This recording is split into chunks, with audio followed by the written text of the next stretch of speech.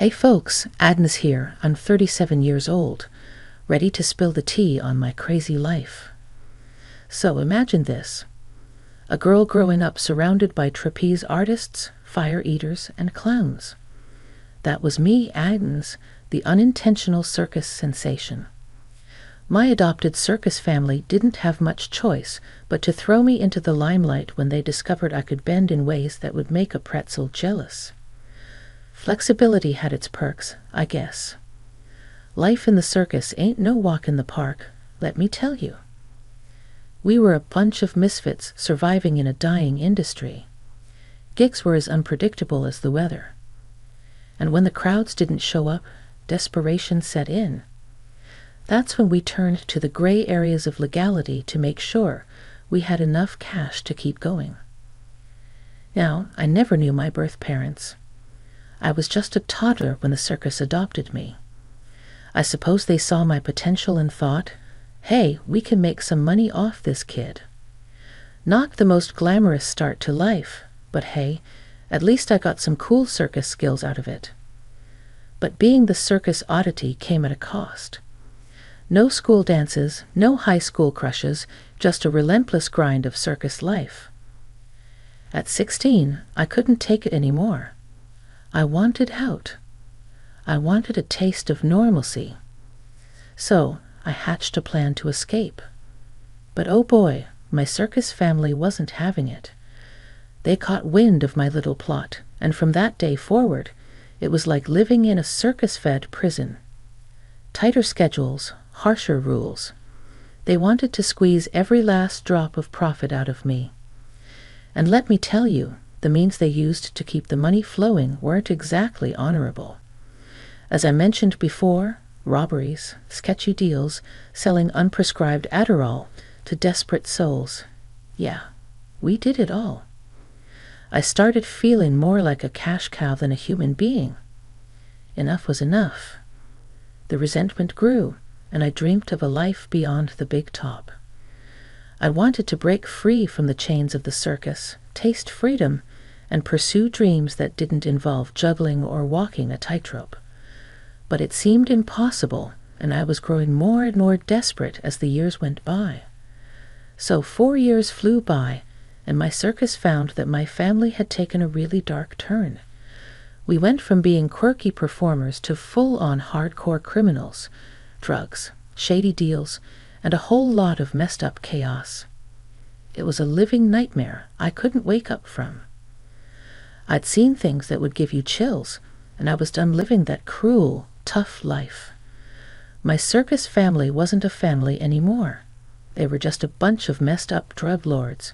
I had to get out, and I needed a plan. Lucky for me, I had one true friend in that chaotic mess. Let's call him Jack. Jack and I hatched a plan to escape the circus nightmare. And as fate would have it, when the heat was on and my family was about to catch me escaping again, Jack took the fall for both of us. Brave soul. I promised Jack that I'd find a way to contact him once I was free. I was determined to bring him into the light and away from the circus's twisted grip. 2 years later, I finally made a life for myself. I'd landed a waitress gig and snagged a small, dingy apartment. It wasn't much, but it was freedom, and that's all I needed. I found Jack on Facebook, but communication was tricky, as you can imagine. The circus drug lord ringleader was keeping a close eye on him, making regular contact near impossible. We'd exchange a few words once a month, and every time, I'd reassure Jack that things would work out in the end. All right, buckle up, folks, 'cause the roller coaster continues. So there I was, settling into my new life in Connecticut, thinking I could finally catch a break from the circus nightmare. But you know, life had other plans. One day, I decided to check on Jack like I would usually do. But what I saw made my heart drop. A terrifying text from Jack's account explained that the other family members had found his secret social media profile.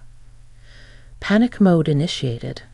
They threatened me, said that they were loaded now from all the illegal activity and ready to hunt me down for revenge.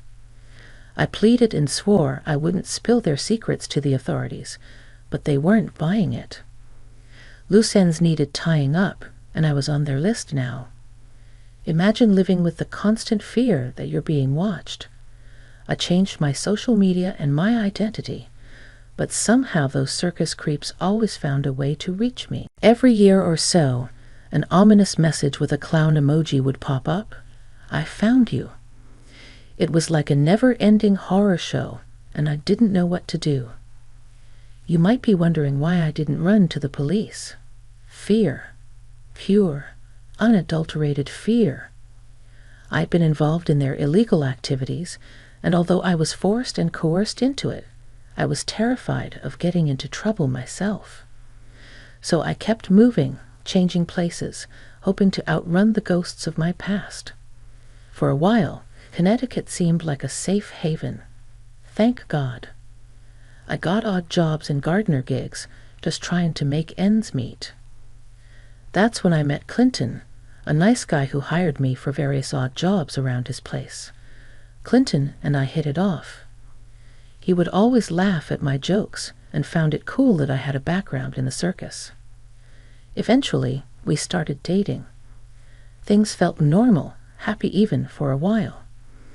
I could almost forget the circus nightmare that kept lurking in the shadows.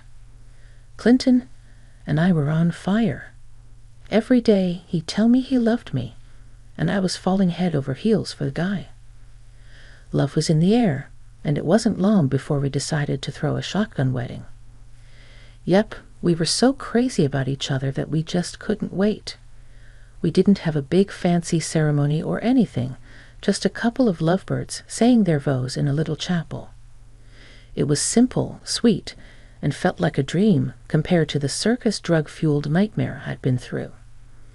I thought maybe, just maybe, life was finally cutting me some slack. Clinton and I settled into our married life, blissfully in love and building a future together. For a moment, I almost forgot about the shadows of the past. Little did I know, the circus wasn't done with me just yet. Life's got a funny way of keeping you on your toes, and my toes were about to tap into another twist in this wild tale. You're probably wondering at this point if I spilled the beans to Clinton about my wild circus days. Nope, not a chance. I figured it's best to keep that whole bag of crazy locked up tight.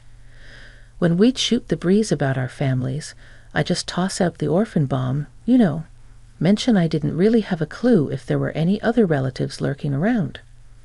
I mean, it wasn't a complete lie, so I tried not to feel too bad about it. Clinton didn't. To dig too deep, thinking my life was already sad enough without a proper family tree. And honestly, I was cool with that, happy in the now, building a new life with Clinton. Now it's been a year into wedded bliss. I was doing the laundry, minding my own business, as one does. As I'm sorting through the clothes, what do I stumble upon? A pair of panties that sure as heck weren't mine. I went full-blown ballistic. I mean, who wouldn't? I stormed up to Clinton, waving those mystery undies like a battle flag. He's got this deer in the headlights look, stammering like a kid caught with their hands in the cookie jar. And I'm standing there, demanding answers, thinking, is this guy for real? Trust me, I confronted him, ready to unleash the circus fury. Clinton, care to explain these panties I found in the laundry? They sure as ain't mine. What, Agnes? I swear I don't know how they got there. Maybe they got mixed up at the laundromat or something. Oh, save it, Clint. I ain't buying that load of crap. Who's the other woman, huh? Spit it out. Agnes, I'm not cheating on you. I love you. Those panties are probably just a mix-up. Mix-up? You think I'm stupid? I've been through enough crap in my life to spot a liar, and you're lying through your teeth. Agnes, I swear on everything, Spare me, Clint. You're just like the rest of them, a big fat liar. You're overreacting, Agnes. Just calm down and listen. Calm down. You've got some nerve, Clinton. You cheat on me, and you have the gall to tell me to calm down? And so the shouting match went on, each word cutting deeper than the last. The trust we had built seemed to turn to dust at that moment. When I looked at him that day, it was like I was looking at a stranger. Things got worse, if you can believe it. Clinton just kept on cheating, and I kept on letting it happen. It's like I was stuck in this messed up loop, you know. Every time I caught him, it was a new low, lipstick on his collar, smelling like some other woman's perfume. He even had the nerve to call me by someone else's name. And sometimes he'd straight up admit it, and it wasn't like he was trying to hide it anymore. No, sir, he'd almost show it off, flaunting his affairs like some twisted game. When I'd lose it, he'd just throw it back at me. Clinton, seriously, why do you treat me like crap? What's your deal? You think I'm stupid? Honestly, yeah. What, you heard me? I think you're stupid. Why are you still here if you hate me so much? Why are you still here if you don't like me enjoying myself? Are you high or something? It's because I love you. No, I don't think so. I think it's because you're obsessed with me. Admit it, you need me, babe. You're obsessed with me. Obsessed? You're out of your mind. Why would anyone be obsessed with a cheating jerk like you? Look around, Agnes. You got nothing without me. Now, why don't you just leave? I don't know. Okay, but that doesn't mean I need you. Sure. Admit it, Agnes. You're hooked on me. You can't resist. No, I'm not. I just thought we could have a decent life together. Decent life with you? Come on, Agnes. You know you can't do any better. Maybe I can't. That's right. You're stuck with me, and you know it. I didn't really know what to say after that. I mean, sure, I was furious, but this twisted fear of being alone kept me hanging on. I'd rather put up with his crap than face the ghosts of my past. After a while of this crap, I stopped fighting it. I stopped questioning him. It was like I became numb to it all. More years rolled by, and Clinton just kept at it. There were times when I'd catch him right in our bed with another woman, and I felt like I couldn't even fight back. I was stuck, drowning in this mess. I couldn't escape. It's crazy how fear can make you do things you never thought you would. So there I was, turning 36, thinking maybe things would take a turn for the better. Boy, was I wrong. Life decided to throw me another curveball. Clinton continued his cheating antics. It was almost comical at this point. Lipstick on his collar, late-night calls, the whole shebang. I barely flinched anymore. It's funny how you can get used to your own personal hell. Nights that used to be filled with silent sobs now felt eerily quiet. No more tears. It's like my soul has run out of water. But this is where things took a turn. You remember that toxic circus family I mentioned earlier? Yeah, turns out they found me. Got a nice little DM on my Instagram saying, "Nice try," when they figured out I was going by a different name and decided to drop me a threatening note. I felt a chill run down my spine. How the heck did they find me again? I changed my name, my location, everything. It felt like they had eyes everywhere. And suddenly, all the old fears and nightmares came rushing back. I tried to shake it off and focus on my life with Clinton, or whatever was left of it, but it was like trying to ignore a storm that was about to wreck everything. I couldn't escape the feeling that my past was catching up, and it was bringing a world of trouble with it. Turns out they weren't too worried about chasing me down all these years, because they were too busy swimming in their pool of ill-gotten gains. But now the fuzz was about to rain on their parade. They texted me their threats, trying to squeeze me like an old rag. The grand plan. They wanted to wire their dirty money into my account, making me the fall guy when the law came knocking. Real classy, right? They weren't asking, they were demanding. Give us your bank details, Agnes. They sneered, thinking they had me cornered. Threats echoed through the phone. Promises of ruining my life if I dared to defy them. They even had the audacity to tell me I should be grateful they left me alone all these years, and that taking the fall for all their crap was the least I could do since I abandoned them. I begged and pleaded, but they were heartless. That's when the light bulb flickered in my head. A twisted plan was forming. Sure, wire the money, I texted back. I tossed my bank details their way like a juicy bone to a pack of wolves. They boasted about sending $500,000 anonymously, thinking they were the puppet masters pulling the strings. Little did they know I was about to turn the tables and make their puppet show a comedy of errors. Let the circus games begin. The next day, I approached Clinton with a carefully crafted email from none other than yours truly. But he didn't know that. I told him that I did indeed have some long-lost relatives tucked away in a European royal family.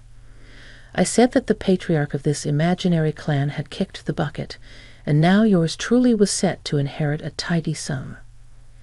I laid it on thick, pulling out all the stops. The waterworks were in full swing as I poured my heart out to Clinton. He sat there, staring at the email like it held the secrets of the universe. I made sure to sprinkle just the right amount of drama, making my tale of royal connections sound so convincing that he'd think Shakespeare himself penned it as he read and reread the email. I kept up the act, big eyes, sniffles, and the occasional quiver in my voice. I could practically see the dollar signs dancing in his eyes as he envisioned the grand life we were about to lead, thanks to my fictional royal lineage. Oh, the lengths I'd go to escape this circus of a life. Wait, what? Are you serious? This can't be real. You better believe it, honey. We're going to be loaded. How's this even possible? Yeah, I know. It's crazy. I never thought I had any family left out there. But now, apparently, we're looking at a whole new life. A better life. A better life is an understatement. Babe, we're going to be loaded. Yeah, you're right. The amount of money they sent me is crazy. I'm talking in the hundreds of thousands over here. That's a game changer. Agnes, are you sure this is real? Have you ever received the money? How much is your bank account balance after all this inheritance talk? Then I pulled out my phone to show him my bank account details, and I swear he was on the verge of passing out. But he saw the proof right there, and let me tell you, he just couldn't contain himself. Clinton got all giddy with his plans. He wanted to be the money man, saying he had the education for it, so it was best if he held on to the money. But I could see that sneaky look in his eyes. I figured he had some shady moves in mind, but I gave him my bank details anyway. The next day, I woke up to find divorce papers on my bedside table, along with this letter from Clinton. He spilled the beans about grabbing the whole $500,000 and proudly announced he was off to shack up with his supposedly better girlfriend. According to him, I was dumb for trusting him with the cash, and he made it clear we'd never see each other again, and that he played me. He said that he was expecting me to be out of his house by sundown and to leave the keys on the front porch so that he could get his things and move on with his life, too. But I was the one who was going to get the last laugh. In fact, that's exactly what I did. I laughed and I laughed and I laughed some more, realizing that this was exactly what I wanted to happen. This was what I was waiting for. I wanted Clinton to take the fall for that dirty circus money. This was going to be my payback for all those years of humiliating me and cheating on me. So after he made his grand exit with the cash, I couldn't stick around. They could trace it back to me, no doubt. But packing up my life at a moment's notice was one skill the circus drilled into me. So in a flash, I got rid of any trace that I'd been living there. Tossed my clothes, lost my IDs, even burned some evidence of me ever being in that house. I even burned the divorce papers. I didn't even want people to know that Clinton and I had any sort of association.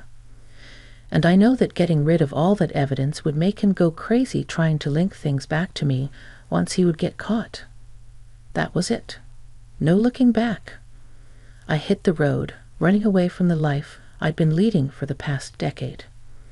I'm not going to lie, I was scared that my plan wouldn't work, what with Clinton obviously trying to plead his innocence and then revealing that the money had actually belonged to a certain Agnes, who was his wife. But then I got some wonderful news. Not long after my little stunt, a few weeks later, I saw Clinton's face plastered on the front page of the local newspaper. He got arrested for fraud, all thanks to that money in his account. Safe to say, I was finally in the clear. I couldn't resist digging into the whole Clinton debacle. The story in the newspapers was like a script for a bad sitcom, and I needed to know all the juicy details. Turns out the police thought Clinton was a total nut job. I mean, who screams and yells about his wife being the mastermind behind some sketchy $500,000 inheritance. But the cops weren't buying into his act. No one inherits that kind of cash out of the blue. Even his string of girlfriends didn't help his case. They were clueless about me, thinking it was just another one of his wild stories to escape the clutches of accountability. Needless to say, his side chicks weren't too happy to find out that they weren't the only ones of his lovers. So they had no trouble cutting ties with him and making him seem like Jack the Ripper in the eyes of the law because of his deceit.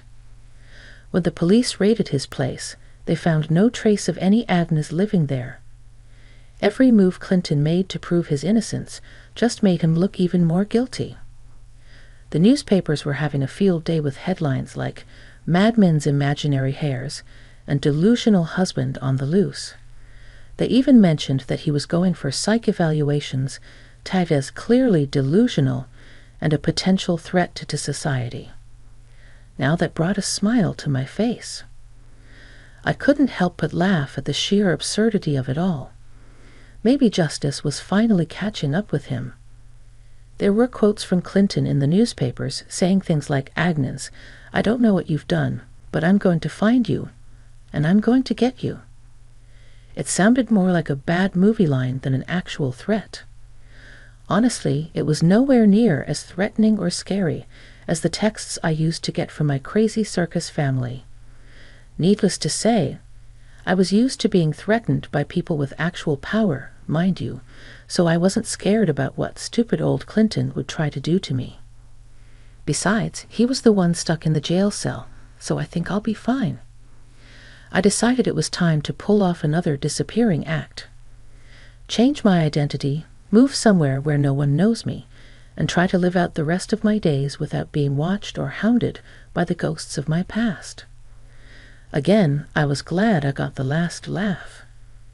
Finally, I had the revenge I deserved after being cheated on for so long. I couldn't get revenge on my circus family, but at least I could teach that cheating scumbag a lesson. The more Clinton talked about his wife being from the circus and not being a usual member of society, the crazier he sounded. Right now, I'm living in a different city under a different name, working our jobs. Glad to be free of him. And here's to hoping my circus family won't show up anytime soon. I just had to share my story because it was something that I never thought would happen to me, and I just had to say it, tell it to anyone, just so I could relieve some of this pressure, you know. Anyways, it must suck to be Clinton right now, thinking that he could play me by stealing all my money. Well, I guess that's just what happens when you're a greedy bastard and you want more than what you already have.